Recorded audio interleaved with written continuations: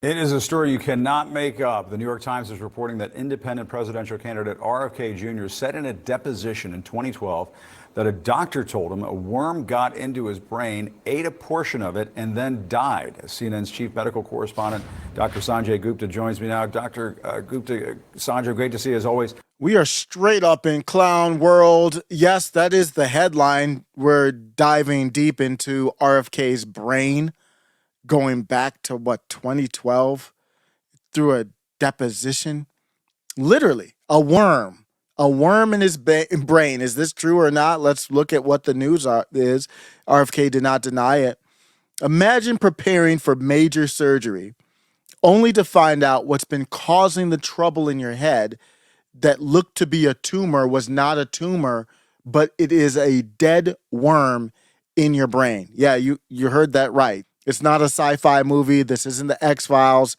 It's a chapter from the life of presidential candidate RFKJ.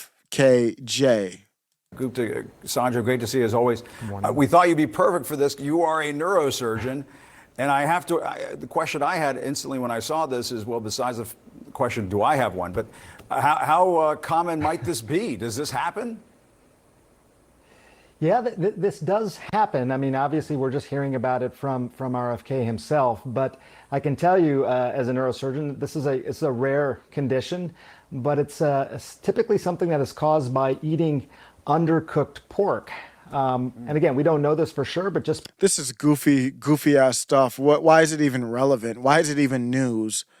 You judge for yourself. Is this about a worm in his brain?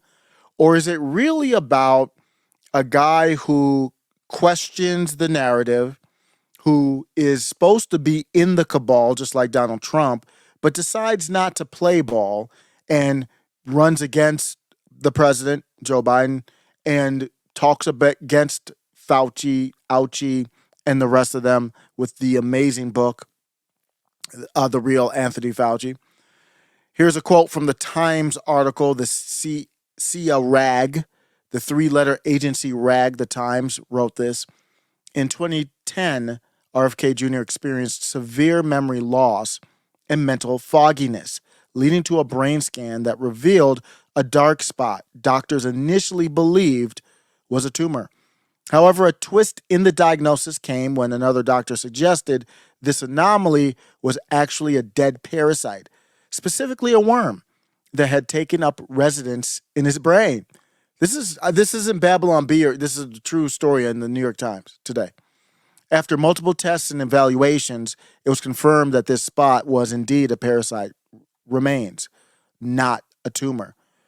Adding to the complexity, RFKJ has maintained an impressive physical regimen despite his age. So you see what they're working. This is in the New York Times article. So to me, the way they set the article up was, damn, this guy is, not only is he running against Biden, he looks more fit than Biden. His voice is scratchy, but he sounds like he knows what's going on way more than Biden. The dude is extremely well read.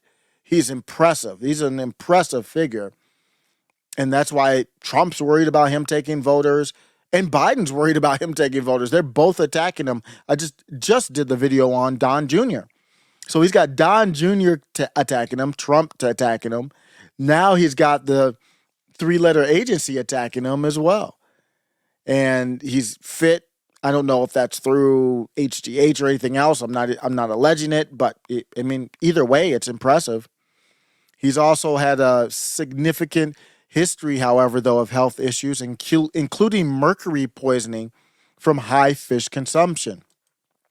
So they never said that this had to do with the worm in the brain or anything like that, but they're saying that he had a high fish consumption that led to mercury poisoning. RFKJ is 70 years old right now. And it can mimic neurological impairments similar to those caused by parasitic infections.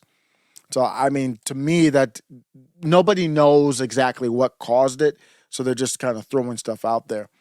Here's where it gets worse, though. He's been outspoken against mainstream medical practices and environmental policies, And I'm still looking into his environmental takes where they are now.